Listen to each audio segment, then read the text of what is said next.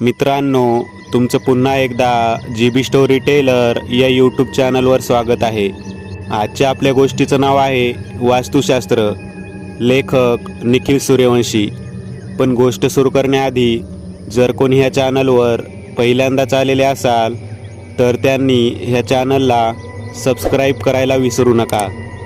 चला तर मग अजिबात वेळ न घालवता गोष्टीला सुरुवात करूया.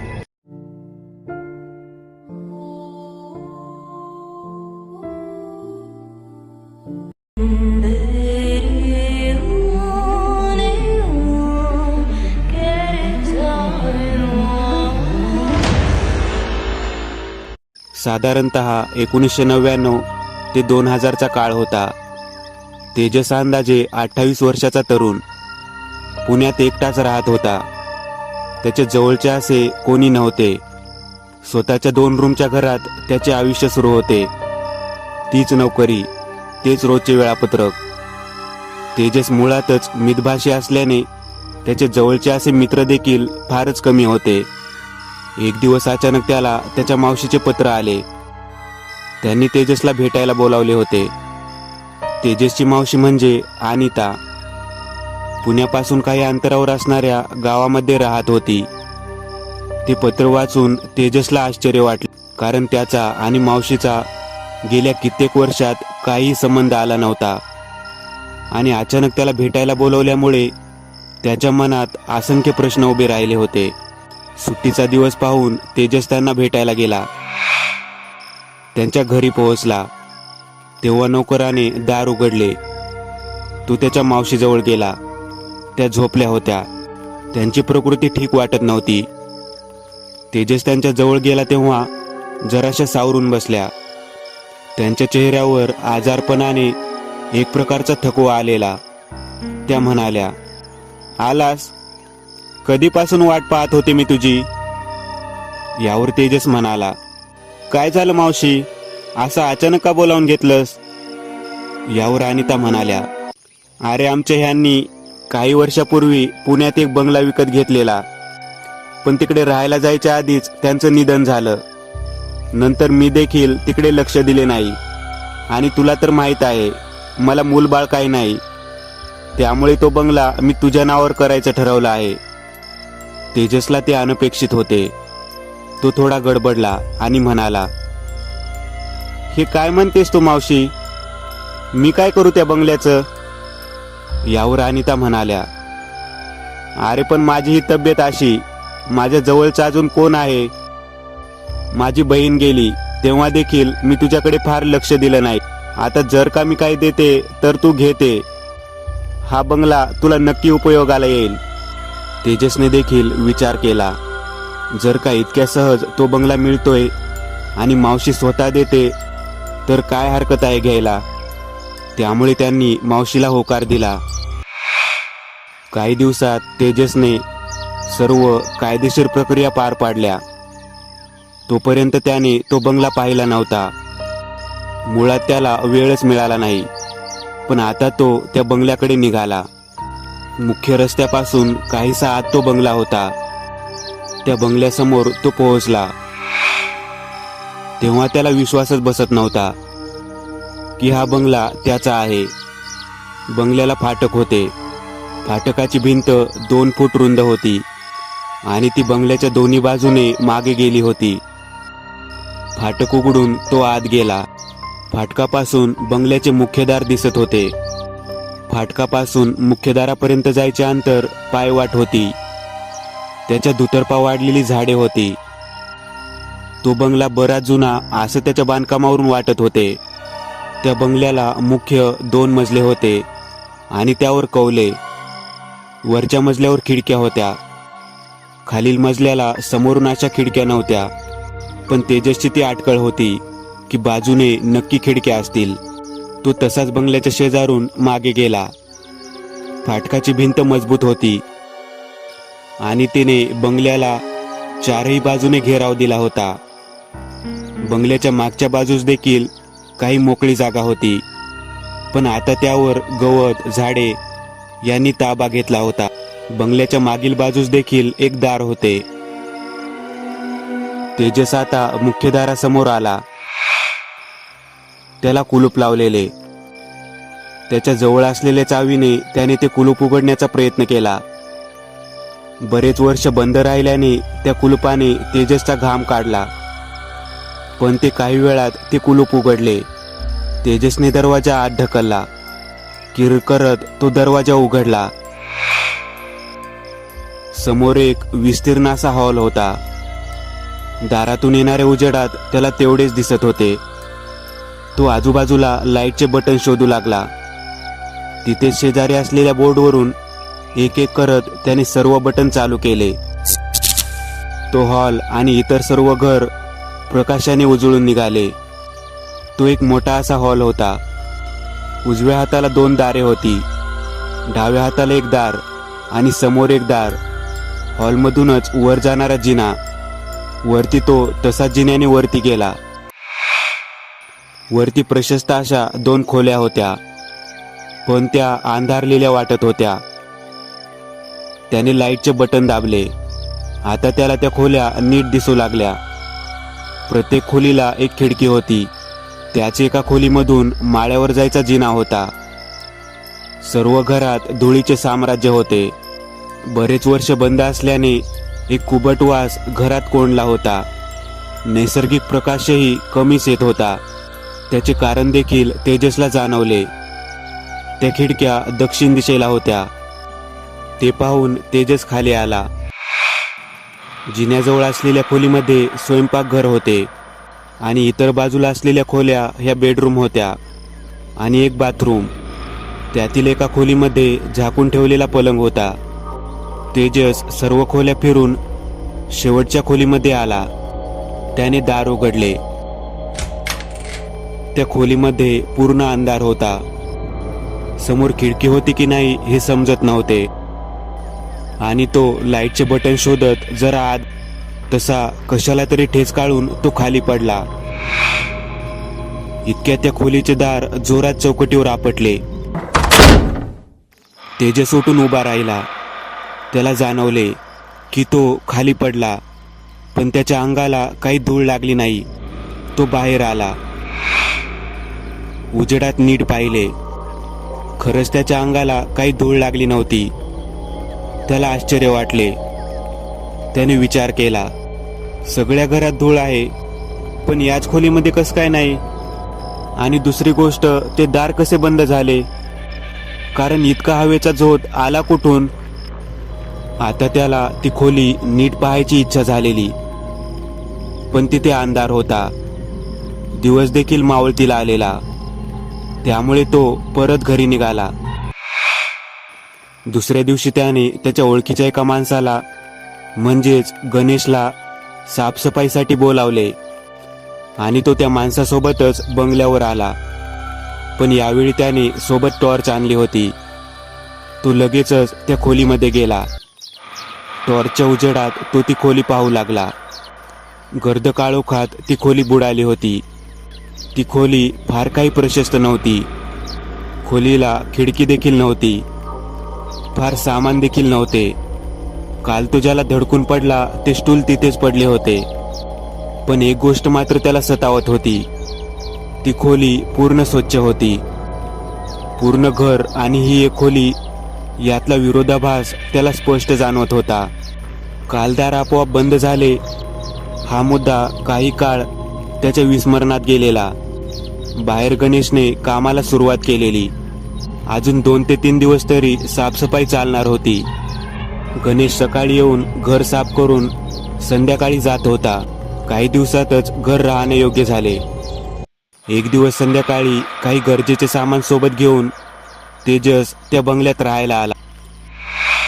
सोबत डबा आणलेला. ऑफिसच्या कामातून वेळ मिळेल तसं इतर गोष्टी तो आणणार होता. रात्री त्याने डबा खाल्ला आणि पलंग असलेल्या खोलीमध्ये तो झोपला. अनेक वर्ष एकटाच राहत असल्याने त्याला अजून तरी तिथे काही वेगळे वाटत नव्हते. तो झोपला होता. त्याच्या पायावर कोणीतरी हात फिरवत आहे असे त्याला जाणवले, पण तिथे कोणीच नव्हते. पण त्याला झालेला तो थंडगार स्पर्श त्याला अगदी खरा वाटत होता. पण त्याकडे दुर्लक्ष करून त्याने स्वतःला निद्रादेवीच्या स्वाधीन केले. रात्री अचानक तेजसला जाग आली. तो बेडरूममध्ये नव्हता. आजूबाजूला पूर्ण अंधार होता. तो धडपडत उठला. त्याच्या पायाला काहीतरी लागले. त्याने हात लावून पाहिले. त्याला आठवले, हे तेच स्टूल आहे ज्याला धडकून तो पडला होता. दिशेचा अंदाज घेत तो दाराकडे निघाला, पण त्याला पाय उचलला जात नव्हता. जणू काही तो तिथेच गोठला होता.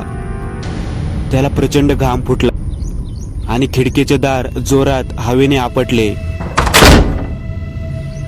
तशी त्याला जाग आली. ते स्वप्न होते. तो घामाघूम झालेला. हे एक स्वप्न होते याचा विचार करत त्याने उसासा टाकला. पण इतक्यात त्याचे लक्ष त्याच्या पायावर गेले. त्याच्या दोन्ही पायांवर लाल वळ उठलेले. त्याला समजत नव्हते हे कधी झाले, पण त्याकडे दुर्लक्ष करून तो पुन्हा पलंगावर पडला. त्यावेळी रात्रीचे 3 वाजत आलेले. तेजसच्या कानावर काही आवाज पडला. त्याच्या शेजारी असलेल्या खोलीमधून काहीतरी कुजबुज ऐकू येत होती. तेजस उठून बसला. आपल्याला भास झाला की खरंच आवाज आला. या द्विधा मनस्थितीमध्ये तो होता. इतक्यात पलीकडच्या खोलीमध्ये कोणीतरी चालत आहे याचा स्पष्ट आवाज आला. तेजसला भीती वाटली, पण कोणी चोर वगैरे असेल या विचाराने तो टॉर्च घेऊन गुपचूप उठला. हातात शेजारी असलेली एक छोटी काठी घेतली आणि लाईट न लावता तो हळूच बाहेर आला. त्याने पाहिले तर त्या खोलीचे दार बंद होते. त्याने ते दार पटकन आत ढकललं आणि आत टॉर्च फिरवला.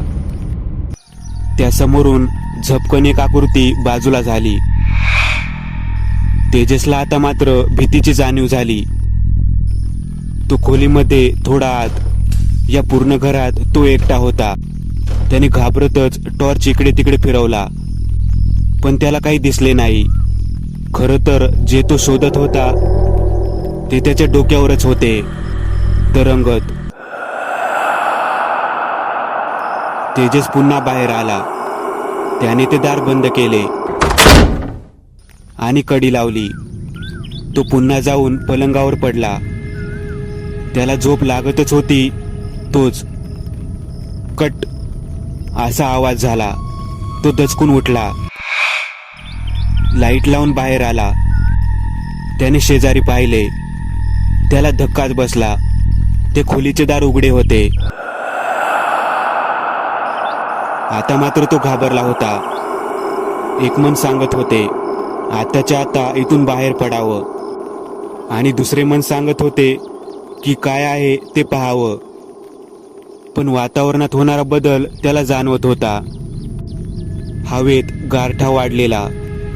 एक प्रकारचे कोंदट नको असलेले वातावरण झाले होते. श्वास गुदमरत होता. तो ते दार ढकलणार इतक्यात वरून एका स्त्रीची किंकाळी ऐकू आली. त्या शांत वातावरणात ती किंकाळी अत्यंत भेसूर आणि भयानक वाटली. तेजसच्या हृदयाची स्पंदने वाढत होती. काही वेळ तो शांत उभा राहिला. तो त्या दरवाजासमोरच होता. इतक्यात त्याच्या खांद्यावर कोणीतरी हात ठेवला. त्या थंडगार स्पर्शाने त्याच्या अंगात शिरशिरी उठली. त्याने मागे वळून पाहिले तर कोणीच नव्हते. इतक्यात त्या खोलीमधून कोण्या पुरुषाच्या कन्याचे आवाज येऊ लागले. घाबरत त्याने दरवाजा आत ढकलला. टॉर्च आत फिरवला, पण यावेळी खोली रिकामी नव्हती. समोर एक माणूस भिंतीला टेकून बसला होता. त्याचे हात गुडघ्यावर होते, पण त्याचे मस्तक त्या स्टूलवर होते आणि तेच मस्तक कणत होते. समोरील दृश्य पाहून तेजसची बोबडीच वळली. त्याच्या तोंडातून शब्द फुटत नव्हता. वळून पळून जावे असे त्याला वाटत होते, पण आता खरंच पाय जागचे हालत नव्हते. त्याची नजर खाली पायाकडे गेली, कारण बांगड्या असलेल्या 2 हातांनी त्याचे पाय धरले होते. त्या हातांमधून रक्त ओघळत होते. पुन्हा एक किंकाळी त्याच्या कानावर आली. त्याने वळून त्या दिशेला पाहिले. जिन्यावरून रेंगत काहीतरी खाली येत होते. त्याने टॉर्च नीट फोकस केला तर त्याला तिथे एक बाई दिसली. चेहरा पूर्ण पांढरा असलेली आणि क्षणात ती गायब झाली. तेजसने पाय उचलला. यावेळी पाय उचलला गेला. तो धावत दाराकडे निघाला. तोच त्याला जोरदार धक्का बसला. तो खाली कोसळला. तसंच त्याने मागे वळून पाहिले. एक म्हातारा बिभत्सपणे हसत त्याच्याकडे पाहत होता. त्याचे डोळे लाल झालेले. तेजसला वाटले की आता त्याचा अंत जवळ आलाय. इतक्यात त्याला आठवले, दत्तगुरू. हो, दत्तगुरूंचा एक फोटो त्याच्या पाकिटात कायम असायचा. हे जे काही घडते ते पूर्ण अनैसर्गिक आहे, एका मानवी पातळीच्या वरचे आहे. याची जाणीव तेजसला केव्हाच झालेली. तो तसा धडपडत उठला आणि बेडरूममध्ये गेला. त्याचे पाकिट तिथे उशीजवळ होते. त्याने त्या पाकिटामधून दत्तगुरूंचा फोटो काढला आणि तो फोटो घट्ट छातीशी कवटाळून धरला आणि डोळे बंद करून तो तसाच बसून राहिला. त्याला रात्रभरात कितीदा तरी त्या किंकाळ्या आणि तो कन्याचा आवाज ऐकू आला. त्याने बाहेर जायची हिंमत केलीच नाही. पहाटे कधीतरी त्याला आपोआप झोप लागली. सकाळी आपोआप त्याला जाग आली. रात्रीच्या त्या भयंकर प्रसंगाच्या आठवणी मनावर अजून रेंगाळत होत्या. त्याच्या मनावर आलेले मळप सूर्यप्रकाशाने पूर्ण दूर झालेले. तो सामान घेऊन घराबाहेर पडला. ते पुन्हा ह्या घरात पाऊल टाकायचे नाही या निर्धारानेच. ऑफिसला जायची त्याची इच्छा नव्हतीच. तो त्याच्या घरी आला. फ्रेश होऊन त्याने पूर्ण दिवस घरातच घालवला. कितीही टाळायचा प्रयत्न केला तरी त्या रात्रीच्या आठवणी त्याचा पाठलाग सोडत नव्हत्या. जसजशी संध्याकाळ उलटून रात्र होत गेली तसतशा त्या आठवणी अजून ठळक होत गेल्या. तो त्याच्या पलंगावर नुसता पडून होता. झोप काही लागत नव्हती. अचानक त्याच्या पायांना पुन्हा तोच थंडगार स्पर्श झाला. त्याच्या अंगावर भीतीने सरसरून काटा आला. त्याने उठायचा प्रयत्न केला पण त्याला पलंगावरून उठता येत नव्हते. गादीमधून तेच दोन हात बाहेर आलेले. तेजसच्या शरीराभोवती ते हात गुंडाळलेले. त्याची नजर समोर गेली तर तोच म्हातारा त्याच्या समोर दात काढत उभा होता. अचानक आदल्या रात्री आलेला तोच कन्याचा आवाज त्याला पुन्हा ऐकू येऊ लागला. पण यावेळी तो आवाज त्याच्या खूप जवळून येत होता असे त्याला जाणवले. त्याच्या कानाजवळ त्याला थंड श्वासांचा आवाज जाणवू लागला. त्याने मान जराशी वळवली. आता मात्र त्याचे हृदय बंद पडायची वेळ आलेली. तेच तुटलेले मस्तक त्याच्या चेहऱ्याशेजारी होते. त्याची निर्विकार नजर तेजसकडेच पाहत होती. तेजसच्या मनात भीती, प्रश्न आणि अनेक गोष्टी एकाच वेळी हलकल्लोळ माजवत होत्या. त्याच्या खोलीमधील गारठा प्रचंड वाढलेला. तोच कन्याचा आवाज त्याच्या अगदी कानात येत होता. त्याला पुन्हा आठवले, दत्तगुरू. पण त्याच्या घरात झोपला असल्याने त्याचे पाकीट त्याच्या जवळ नव्हते. त्याला वाटले हीच त्याची अखेरची वेळ आहे. त्याचा आवाज देखील निघत नव्हता. पण बुडताना माणूस जसं शेवटचे हातपाय जोरात मारू लागतो तसेच त्याने मनात गुरुदेव दत्त नावाचा गजर सुरू केला. हळूहळू त्याच्या मनातून भीती नाहीशी होत गेली आणि आता जे काही होईल त्याला सामोरे जायची त्याची मनाची तो दत्तगुरूंचे नाव घेतच राहिला. हळूहळू त्याला येणारे आवाज बंद झाले. त्याला मोकळा श्वास घेता येऊ लागला. तो तसंच पडून राहिला. त्या रात्री त्याला झोप लागली नाही. सकाळ झाल्यावर तो थोडा वेळ झोपला. 11च्या सुमारास त्याला जाग आली. फ्रेश होऊन तो एका निर्धाराने बाहेर पडला. त्याला असे वाटत होते की त्या घरातून तो बाहेर आला, मग आता त्याला तसा काही त्रास होणार नाही. पण त्याची ही समजूत चुकीची होती. त्याच्या मागे लागलेलं हे शुक्लकाश इतके सहज त्याची पाठ सोडणार नव्हते, याची त्याला जाणीव झालेली. त्यामुळे तो त्याच्या मित्राकडे म्हणजेच अभिजितकडे निघाला होता. अभिजितच्या घरी पोहोचल्यावर त्याने अभिजितला सगळं काही सांगितले. अभिजित म्हणाला, अरे तू हे खरं सांगत आहेस ना की उगाच माझी घेतोय? तेजस म्हणाला, मरताना 2 वेळा वाचलोय मी. तुला विश्वास ठेवायचा असेल तर ठेव माझ्यावर, नाहीतर मी जातो इथून. यावर अभिजित म्हणाला, अरे मला पटतंय तुझं बोलणं आणि मी तुला मदत देखील करू शकतो. तेजस म्हणाला, तू काय करणार? अभिजित म्हणाला, अरे हे बघ, आपल्याला आधी हे पाहावं लागेल की ते घर कोणाचं आहे, मगच आपल्याला उपाय करता येईल ना. तेजस म्हणाला, इतका वेळ नाही आपल्याकडे. आज रात्र झाली की ते जे काय आहे ते पुन्हा मला तसंच त्रास देईल. अभिजितने त्याच्या आईला हे सांगितले. तेव्हा त्याची आई म्हणाली, माझ्या एका मैत्रिणीने मला सांगितले होते, इथे जवळ एक गृहस्थ राहतात, त्यांचं नाव महादेव. ते काही मांत्रिक वगैरे नाही, पण असल्या गोष्टींचा शास्त्रशुद्ध अभ्यास आहे त्यांचा. ते या बाबतीत तुमची काही मदत करू शकतील का ते पहा. हे ऐकून झाल्यावर अभिजित आणि तेजस दोघेही महादेव यांच्या घरी गेले. महादेव यांच्या घराजवळ पोहोचल्यावर त्यांना जाणीव झाली की हे घर म्हणजे एक चिरेबंदी वाडाच होता. ते त्या वाड्यातून आत आले. तिथे असलेल्या एका तरुण मुलाला ते म्हणाले, आम्हाला महादेव यांना भेटायचे आहे. त्यावेळी तो तरुण म्हणाला, बसा तुम्ही इथे, मी बाबांना बोलावतो. काही वेळातच एक थोडे वृद्ध पण चेहऱ्यावर तेज असलेले एक गृहस्थ त्यांच्या जवळ आले. समोर बसत म्हणले, हा बोला, मीच महादेव, काय काम आहे? त्यांनी प्रश्नार्थक नजरेने ते शेजारी उभे असलेल्या तरुणाकडे पाहिले. त्यावेळी महादेव म्हणाले, तुम्हाला सांगायचे आहे ते स्पष्ट सांगा. तो माझा मुलगा आहे एकदंत. त्यावेळी तेजसने घडलेला सर्व प्रकार त्यांना सांगितला. यावर विचार करून महादेव म्हणाले, तुम्ही योग्य वेळी आलात, कारण जे काही तुमच्या मागे आहे ते भयानक आहे. कारण तुमच्या मागावर ते तुमच्या घरात आले. आपल्याला या प्रकरणाचे मूळ शोधावे लागेल. यावर अभिजित म्हणाला, मूळ कसं शोधणार पण आपण? आपल्याला काहीच माहीत नाही.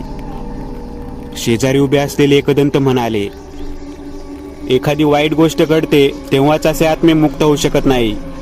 म्हणजे नक्कीच तिथे काहीतरी वाईट गोष्ट घडली आहे. यावर महादेव म्हणाले,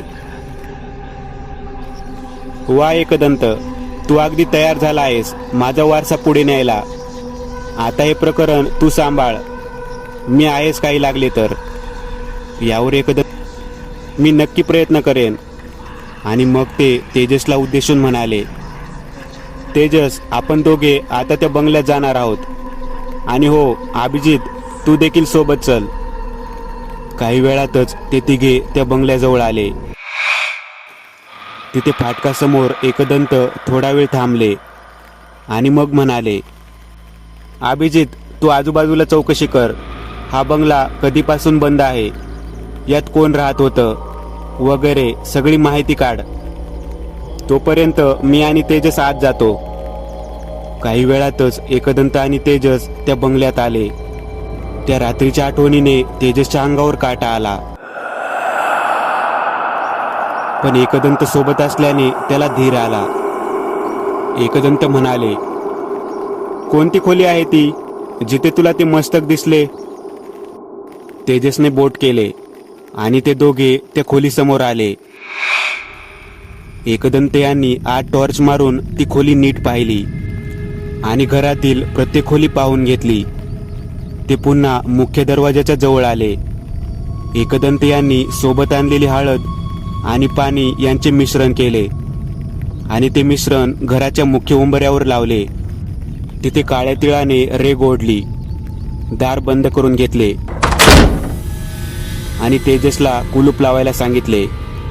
मग एकदंत यांनी अंगणातील माती सोबत घेतली. मग ते अभिजित येण्याची वाट पाहत उभे होते. बऱ्याच वेळाने अभिजित आला. त्याच्या चेहऱ्यावर एक विजयी भाव होते. तो त्यांच्या जवळ आला. एकदंत म्हणाले, काहीतरी माहिती मिळालेली दिसते तुला. अभिजित म्हणाला, हो, बरीच माहिती. या घरात 25 वर्षापूर्वी 3 जण राहत होते. शशिकला, त्यांचा नवरा केरबा आणि त्यांचा मुलगा माधव. बरेच दिवस घर बंद होते म्हणून शेजाऱ्यांनी मिळून घराचे दार तोडले. घरात घाण वास येत होता म्हणून ते लोक घरात पाहू लागले तर एका खोलीमध्ये माधवचे शरीर पडलेले आणि त्या बाजूला त्याचे मस्तक. शेजारी शशिकला यांचा देह पडलेला, पण त्याचे हात कापले होते आणि तिथेच गळ्यामध्ये फास घेऊन केरबाचा देह तुळईला लटकला होता. तिथे बरेच चित्रविचित्र साहित्य पडले होते. त्यांचे इतर कोणी नातेवाईक देखील आले नाही म्हणून शेजाऱ्यांनीच त्यांचे अंत्यसंस्कार केले. घरावर बँकेचे कर्ज होते, ते फेडले नाही म्हणून बँकेने घराचा ताबा घेतला. यावर एकदंत म्हणाले, असं आहे तर म्हणजे ते आत्मे त्या तिघांचेच आहेत. मला देखील एक गोष्ट कळली आहे. हा बंगलाच विचित्र आहे, पूर्ण वास्तुशास्त्राच्या नियमाविरुद्ध आहे.